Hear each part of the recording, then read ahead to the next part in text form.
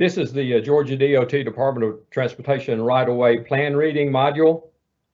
And so we will start by talking a little bit about a quick review of some of the stuff that we learned in the plan reading. And if you haven't done plan reading yet, that's quite all right. These modules can be done in either order. But as we've discussed before, the right-of-way plans provide a great deal of information. They convey information to the appraisers, the owners, the attorneys. And so as you learn to read right-of-way plans, you will be better prepared to present this information, particularly to the landowner during the negotiations. One of the things about right-of-way plans, while they contain a great deal of information, there's not many detailed dimensions on those plans. Now, there is information there to get those dimensions, and in the right-of-way plan reading course, we talk about stations and offsets. We talk about the survey points or the points on the property lines. And so you can actually dig down into some of that and figure out some of the dimensions. But one of the easier ways to look at plan sheets and get a good approximation of the dimensions is the use of scales. And so we use an engineer scale in the right-of-way department to measure distances. And there's a variety of engineering scales out there, and you see some of these laid over the set of plans on the screen. This one is a full-size engineer's scale. You'll find this on the desk of many engineers. It is three-sided. It's a triangular scale, and you can actually see that triangle from the smaller one here. But as you can see, they come in different sizes. This is a triangular scale. This is a triangular scale, more pocket size, pretty useful out in the field. And there are even some flat engineer scales. And this one are a little trickier to read in that, for example, on this scale, here on the top line, you have both the 30 scale and the 60 scale. Those are scales where 1 inch equals 30 feet or 1 inch equals 60 feet or some multiple thereof.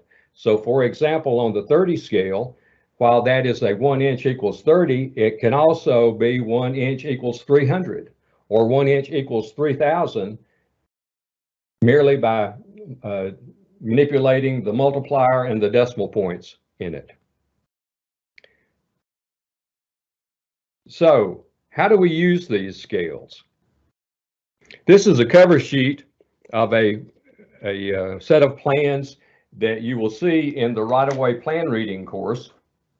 If you haven't seen it yet, you will. And so we've on the cover sheet, it gives an overview of the entire project. And on that cover sheet,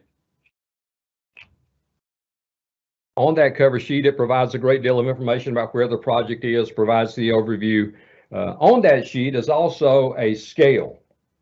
And so I'm going to zoom down on that scale right now, and so we'll take a more detailed look at it. This is a slightly magnified view of the plan sheet that we were just looking at, and you'll notice down here in the left-hand corner there is a legend, and it gives a scale in feet, and it gives some various increments there.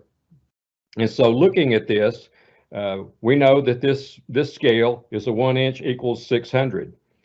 And so if we take, and I'm going to use the small engineer's scale, but if we take the engineer's scale and we line it up with the legend there, and we line 0 to 0, and we look out where the 600 is on the scale on the plans, we will see the 6 on the engineer's scale. And so this confirms that this is a 1 inch equals 600 feet. And so on this cover sheet, we can use the 600 scale to measure any distances that we wanted to check on. Now, on the cover sheets, there's typically very little detail. It's generally a much smaller scale than the individual plan sheets, and we'll get to those in just a moment. But just a way to confirm that you're using the right scale, in the plan reading course, we talk about the station numbers along the center line of a project. And on this cover sheet here, we can see Station 15, and just up the road here, we see Station 20. Now, we know from our previous discussions that those stations are the Station 15 and Station 20 are 500 feet apart. So let's just check that. And so if we take the 60 scale and we put the 0 on 15, and then we look up to where it lines up with Station 20, we see that is that's 5 on the engineer scale, not enumerated, but it's between the 4 and 6, so that confirms that the cover sheet is 1 inch equals 600 feet, and by using the 60 scale, we can check any dimensions that we would need to check on this. Now, like I say, we don't do a lot of that on the cover sheet because the cover sheets have a lack of detail. However, when we get to individual parcels, the property owner has a lot of questions sometimes. He may want to know, well, if the road's going to move, how far is my house going to be from the road? Or you're buying right-of-way in front of me, how far is my house going to be from the new right-of-way? Or if there's a particular construction feature, such as a drainage swell, how far away from my house is that going to be? Well, those dimensions are not enumerated on the drawings, but by using the scale, you can measure those for him and give him a good approximation of how far those features are from anything that he happens to ask about. So now we will look at a plan sheet for a particular parcel and look at some of the questions a property owner might ask and how we might determine the answers for that. Okay, on this particular plan sheet, we'll be looking at parcel 15, and that parcel 15 is one of the case studies that we will see in the plan reading course. But this is a property that has a residence on it, and this is a mountain road that's actually moving closer to the residence, and you can see colored on the plan sheets the large area of highlighted yellow area. That's the right-of-way that's being acquired, and then you see the permanent easement area highlighted in orange, and a number of construction features on there. For example, on this plans, this is up in the mountains. These are very steep slopes in here, and so coming across the top of this permanent easement here is a drainage structure, and then there are flumes going down the hill toward that. So this property owner here in this house was very concerned about all of those details, and he had a number of questions.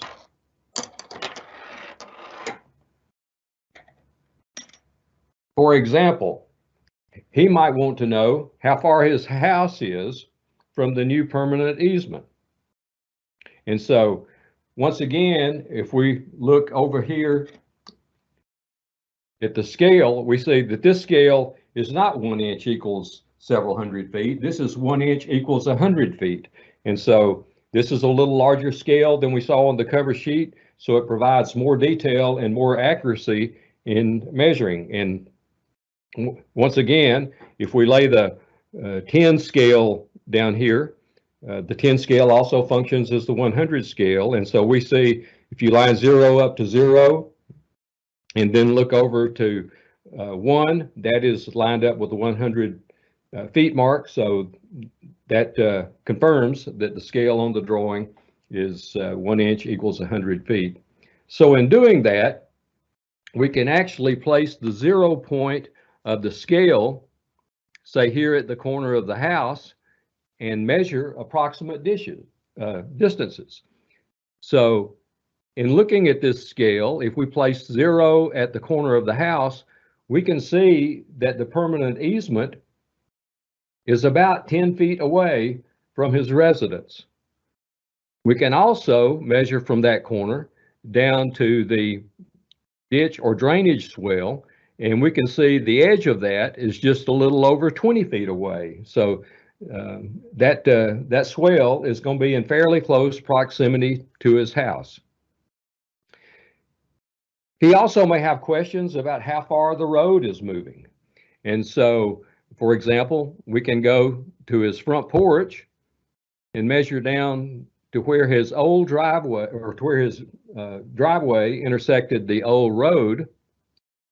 And we can see that that's about 220 feet. Now, if you compare that over at his new driveway and measure the distance from his front porch to where the intersection is with the new road, it's going to be about 180 feet, 185 feet. So we can see that the road in that particular spot at his new driveway is going to be about 25 to 30 feet closer to his residence. And so those are just a couple of examples that you can use. Again, if you do the same, one of the questions that they often ask is, okay, what's the difference in how far is this moving back? If I measure my house to the existing right of way, how far is it, and how far away is it to the new right of way? Well, again, from the front porch from the front porch measuring to the existing right of way, that comes out to be about 175 feet. Excuse me, the old right of way is 175 feet. If you measure to the new right of way on the scale, it's 110 feet. So again, that right of way is moving substantially closer to his residence. And so these are just some examples of how the scales are used to provide dimensions where it's not obvious to someone who's not used to reading the right-of-way plans. And so it takes a little practice. You have to be careful about which scales you use, but it's pretty easy once you get the hang of it. So good luck with it, and all the best in your right-of-way plan reading.